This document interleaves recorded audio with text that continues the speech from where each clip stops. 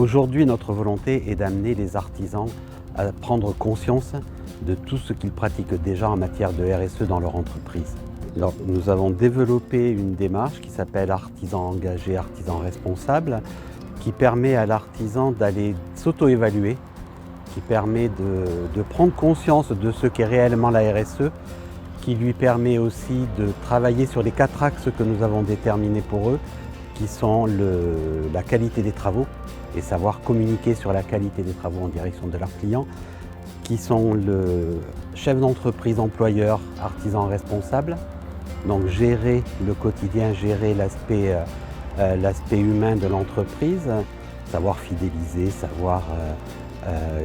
fidéliser et garder les salariés,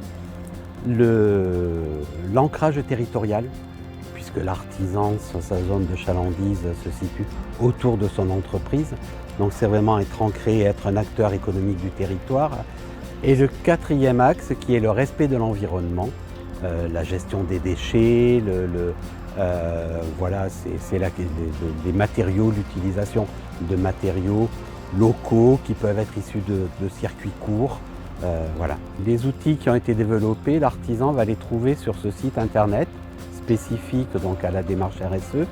Dedans, ce que je vous disais, il va pouvoir s'évaluer, savoir où est-ce qu'il en est, savoir ce qu'il a, parce qu'il y a plein de choses que l'artisan fait, mais qu'il fait sans le savoir, ou sans s'en rendre compte, qu'il le fait naturellement.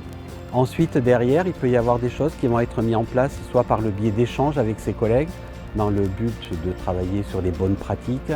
Il peut y avoir aussi des choses au niveau, par exemple, de la gestion du personnel, de choses qui existent avec les acteurs qui tournent autour de la CAPEB et de l'entreprise. Ça peut être accéder à un comité d'entreprise, ça peut être aller au-delà sur par exemple, pour financer, oui, ça peut être financer des séjours, financés comme un comité d'entreprise classique d'une grande entreprise.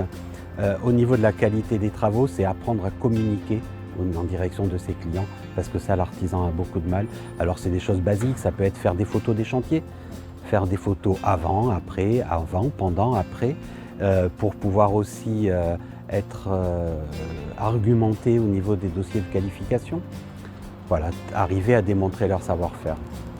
Les artisans vont devoir s'emparer de la RSE pour pouvoir continuer à œuvrer sur leur territoire, pour pouvoir mettre en avant leurs différences par rapport à des groupes industriels qui peuvent avoir tendance à venir grignoter leur marché, pour pouvoir aussi avoir une démarche beaucoup plus commerciale et proactive en direction de leurs clients.